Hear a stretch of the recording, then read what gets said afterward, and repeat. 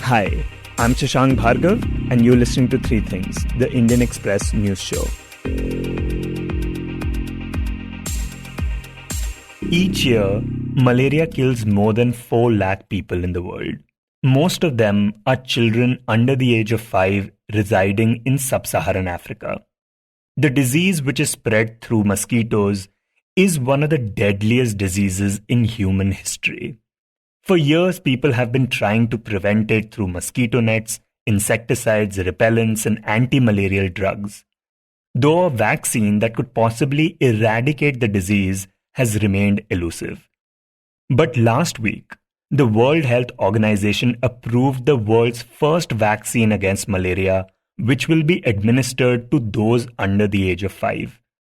While addressing the press, the WHO Director General called the moment historic. I longed for the day that we would have an effective vaccine against this ancient and terrible disease. And today is that day, an historic day. Today, WHO is recommending the broad use of the world's first malaria vaccine. This recommendation is based on results from an ongoing pilot program in Ghana, Kenya, and Malawi that has reached more than 800,000 children since 2019.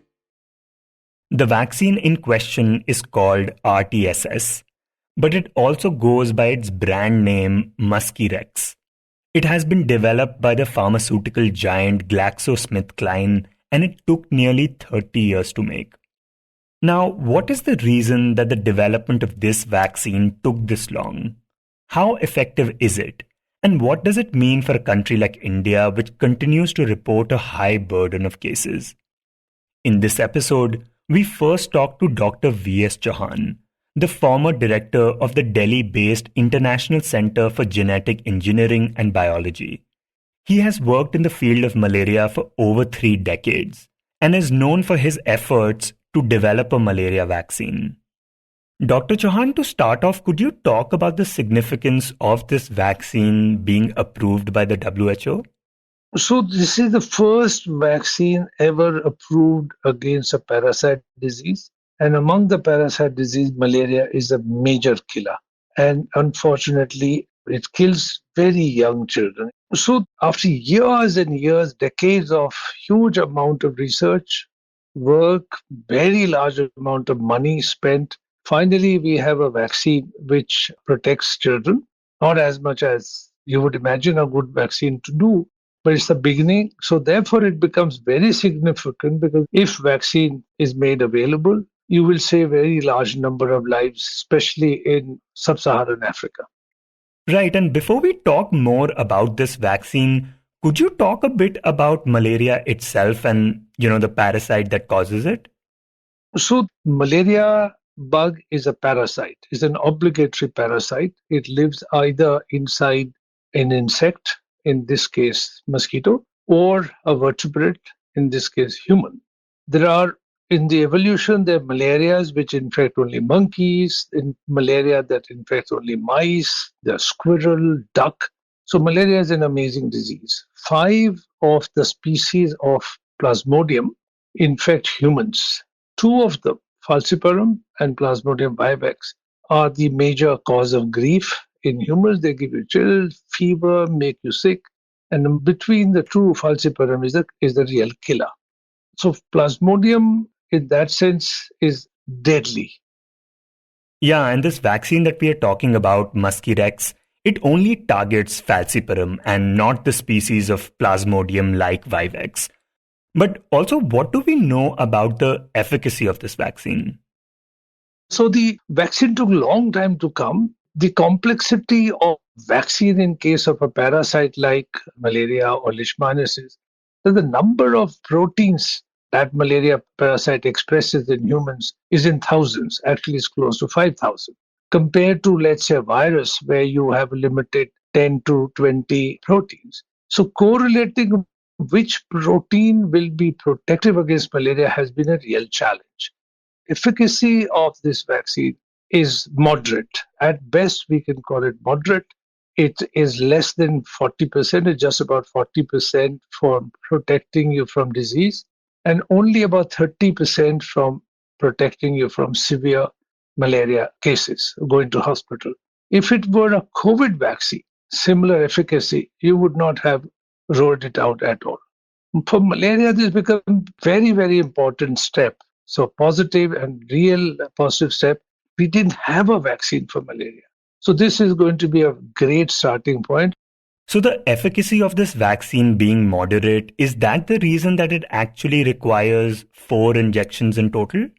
Yes, so not only its immunity is moderate, it requires 4 shots. And remember, the target audience for this vaccine is largely, broadly, almost all of it is the very young children. And young children, as you know, will receive many other vaccines also because you have to give them. So this is going to be very tricky to get young infants and kids to be vaccinated. And then the efficacy wanes off after 4 years.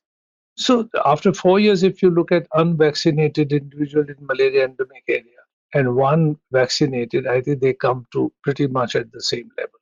So moderate, expensive is going to be quite expensive to roll out.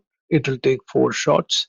Yet all that said, it's a very important step because at least you have a starting point of a vaccine against malaria. And what does this development mean for a country like India, where we have reduced the number of deaths from over 1,000 in 2010 to 93 in 2020? But it obviously remains a big problem and thousands continue to get infected. So, first of all, you just have to say, what are you going to do after vaccination? You're going to save young infant lives. So, immediately in a developing country like India or Bangladesh or wherever, it becomes important at what cost will you roll it out and what will be the final effect of this. So, the question will inevitably come, who pay for it? So, I would say that we need to wait and watch how it is rolled out in Africa. Gavi is undertaking the rolling out of this, where the money come from. As you know, in the case of COVAX, for vaccine, the inequality between the poor countries and rich country has been extremely representative of this. So I would say it's good news for world over wherever the malaria is. But I think countries such as, you had a specific question about India, I think need to wait and watch how this will be rolled out. You earlier mentioned that this hunt for the malaria vaccine has been going on for years. This particular vaccine, Mosquirix, itself is the result of some 30 years of research and development. What is the reason that it has taken this long? So I'll be as brief as possible because this opens the whole story of the Plasmodium itself. Plasmodium has very complex life cycle in humans against which you want to make vaccine for. So first stage is liver stage. It enters the liver, and by that time it's a silent infection. We have no way of testing you're infected. After the 7 to 10 days, depending on which malaria, it comes out of the liver in very large numbers and enters the blood stage. And after it goes through blood stages, where you see all the chills, grief, unhappiness. That's the stage when you can detect your malaria. That's the stage you target for curing malaria through chloroquine or artemisinin. Following which, it goes into an amazingly exquisite cycle of sexual differentiation. So parasite till now is asexual. Now it becomes male and female.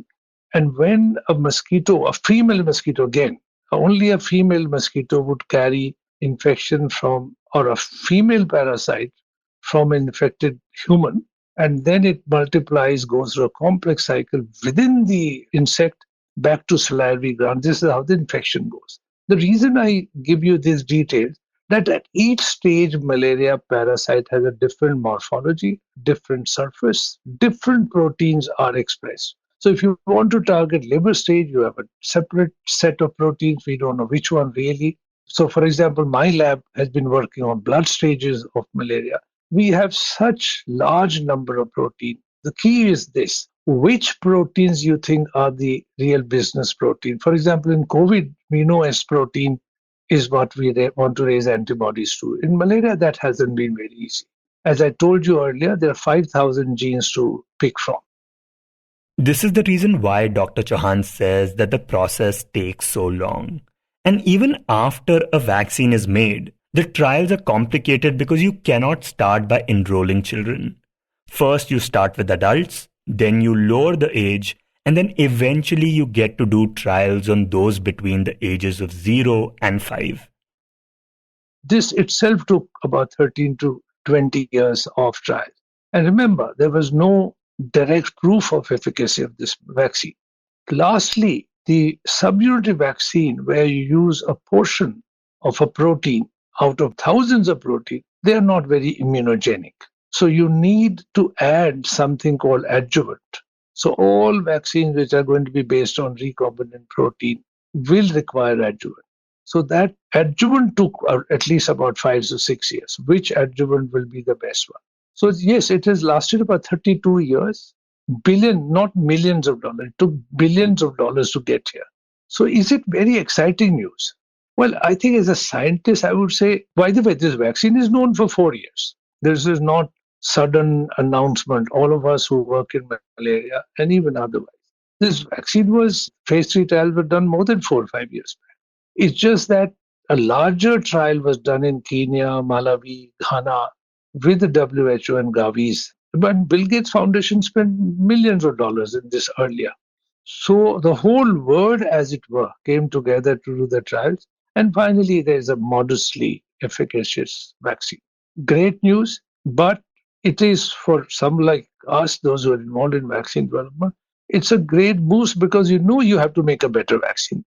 And as someone who has been working on a malaria vaccine and has been in the field for over 3 decades, could you share some of the challenges that you have faced? Like, has funding, for example, been an issue at all?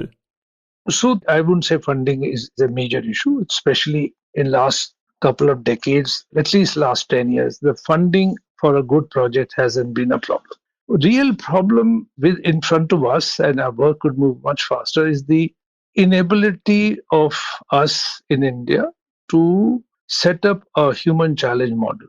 Human challenge model against malaria is very successful. It's entirely safe. My own lab, we tried very hard, but I think there's some inherent resistance which we can't really figure out. Is the idea of infecting a healthy individual with either malaria parasite or flu, or where the models are available. Still, we are struggling with this. The other is the regulatory framework, which is much, much better than before, but it still takes much, much longer than it should take. But having said that, India is very well poised to do all vaccine research. It just needs much, much more coordination. I can't find any other country, if things are put in place, can do research faster into malaria vaccine or Nipah vaccine or future vaccine. I think we are very well placed. Also, when talking about vaccines, one of the quickest developments we have seen is during COVID. Many COVID-19 vaccines were developed in record time. So is there anything we can learn from the way COVID-19 vaccines have been developed and apply that to malaria vaccine candidates? So COVID story is exceptional. Its rationale of making vaccine against its S protein was staring at us within first 2 weeks of the genome sequence. We knew what to do.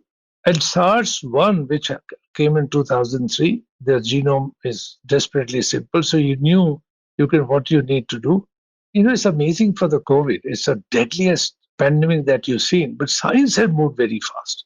Vaccination had moved. The moment you could stabilize mRNA in 63 days, we were doing the phase 1 trial in America.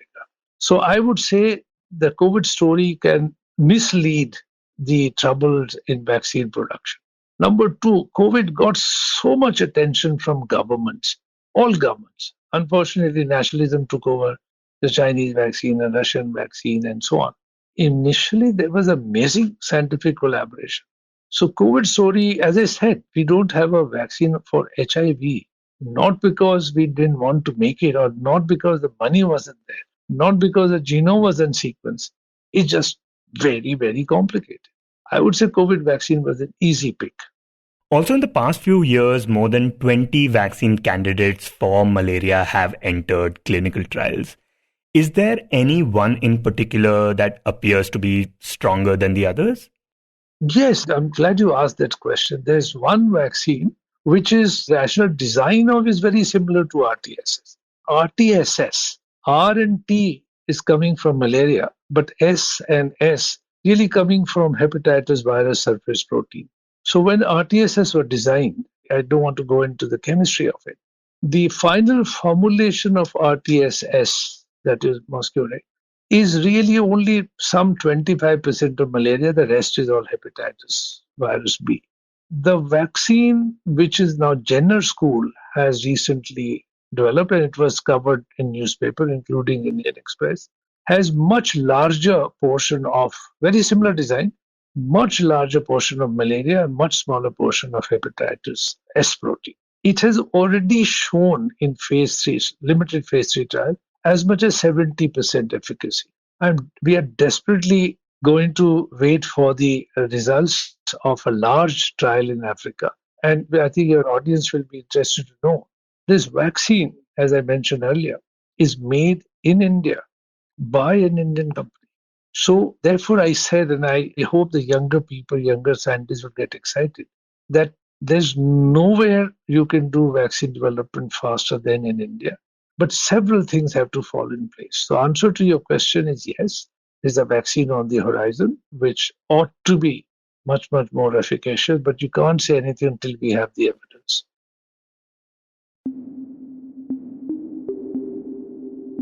Now, outside the African continent, India continues to be a country that reports one of the highest burdens of malaria cases. And if we were to look within the country, in Chhattisgarh, for example, the disease is one of the biggest killers. The problem is also worsened by the fact that many villages in the state don't have access to proper healthcare facilities. Gargi Verma, who reports on Chhattisgarh for the Indian Express, recently wrote about one such village in the state called Edesmeta. She now joins us to talk about it, along with the efforts that healthcare workers have been making for years to eradicate malaria in the state. Gargi, you write that in many villages in Chhattisgarh, people repeatedly get malaria every year. Could you talk about the impact of this disease in places like these? So, malaria is a huge problem in parts of Chhattisgarh, especially in Bastar, where the annual parasite incidence, or API, which is number of malaria cases found in a population of 1,000 during 1 year, was at one point of time 8, which is a very high number. It is now in 2020 come down to 1.17, which is still higher than what it should be. But what happens is malaria is across the tribal population in Chhattisgarh that exists in mostly in tribal areas, which is heavily forested. The parasite of malaria is somehow very dominant, as in even if several people do not show symptoms every year, they are the carriers of the malaria parasite, which renders them anemic or makes them have malnutrition year and year after.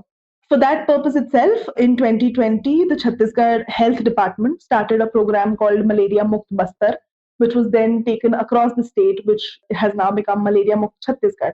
So what they are trying to do is weed the parasite out from the villages and the far-flung tribal hamlets which are there in the forest. And what are the measures that officials under this campaign have tried to implement there? See, the basic measures that they have started, that have existed but are now being enforced strongly, are the ways to prevent malaria, which is to prevent mosquito bites. So they are trying to tell people to sleep under mosquito nets, to avoid stagnated water, to get tested as soon as fever comes or if they see any other symptom of malaria. These are the basic parameters. What is different in the Malaria Mukt Chhattisgarh campaign is that a massive door-to-door testing has been taken out in phases across different parts of the state. So wherever there have been instances of malaria in the past or even now, if there are cases of malaria, what happens is we're not just testing only people who are showing symptoms, we are testing everybody. So that even the autoimmune or those who are just carriers and not affected by the disease can be spotted and the malarial parasite be completely rinsed out of the area. And that can be done by administering the dosage of hydroxychloroquine or other anti-malaria drugs, which can be given to people before they start showing symptoms, which is why the massive door-to-door testing has been happening. And in your piece, you write about this remote village called Edismeta. And in places like these, access to healthcare facilities can be very limited.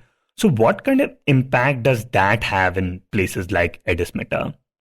So Edismeta is just one of the several villages that are difficult to reach or have absolutely zero access to healthcare immediately. So what happens is, even when people do get fever is something we've seen even during COVID times. Fever is something that across the country, everybody takes it very lightly until unless the fever makes one completely motionless or renders them unconscious. So what happens is, by the time these people realize that the fever is not just a seasonal fever or something that is caused by just exhaustion, it's already too late, and the malarial parasite has infested in the body to an extent that it proves to be fatal.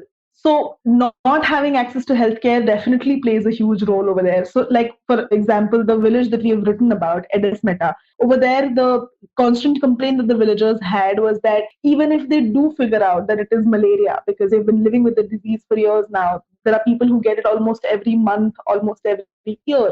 So then, now that they know that it is malaria, for them to go trek the 15 kilometers to the local health center, it's difficult. Instead, if they have medical help available inside the village, or say around the village where it's not so difficult for them to reach, they can probably get the medicines faster. They can probably get tested faster. And that way, we can also contain the disease sooner, because those who are tested positive can be kept away from the healthier population.